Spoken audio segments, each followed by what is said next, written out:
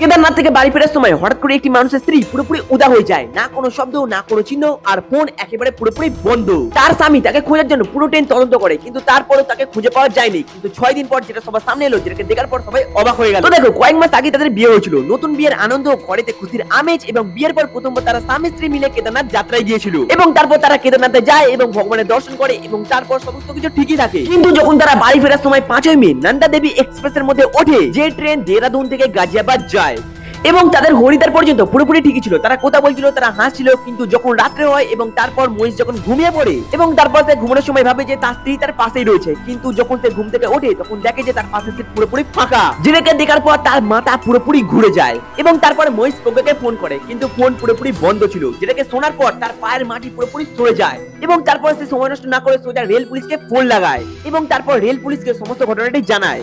কিন্তু সমস্যা হলো যে রুড়কি আর মির্জাপুর নগরের স্টেশনের মাঝখানে সিসিটিভি ক্যামেরাগুলো কাজ করে একদম বন্ধ করে দেয়, এবং ট্রেন যেসব স্টেশনের মধ্যে থেকে যাচ্ছিল সেই স্টেশনের মধ্যে কোনো ফুটেজ পাওয়া যায় না।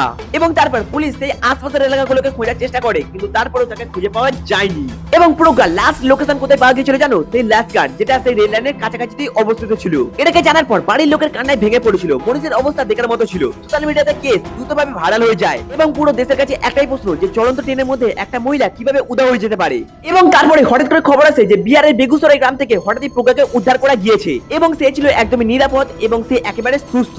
এবং তারপরে এটাকে জানার পর পরিবার স্বস্তির নিঃশ্বাস ফেললো। কিন্তু আসল প্রশ্নটা এখান থেকেই শুরু হলো, যে সে ট্রেন থেকে উদা হলো কিভাবে, বা বেগুসরাইতে সে পৌঁছলোই বা কিভাবে। তো দেখো, এর পেছনে সমস্ত সত্য আমি তোমাদের সামনে আনবো, কিন্তু পার্ট 2 এর মধ্যে, যার জন্য তোমরা এক্ষুনি শিবম দাস চ্যানেলটিকে সাবস্ক্রাইব করে নাও।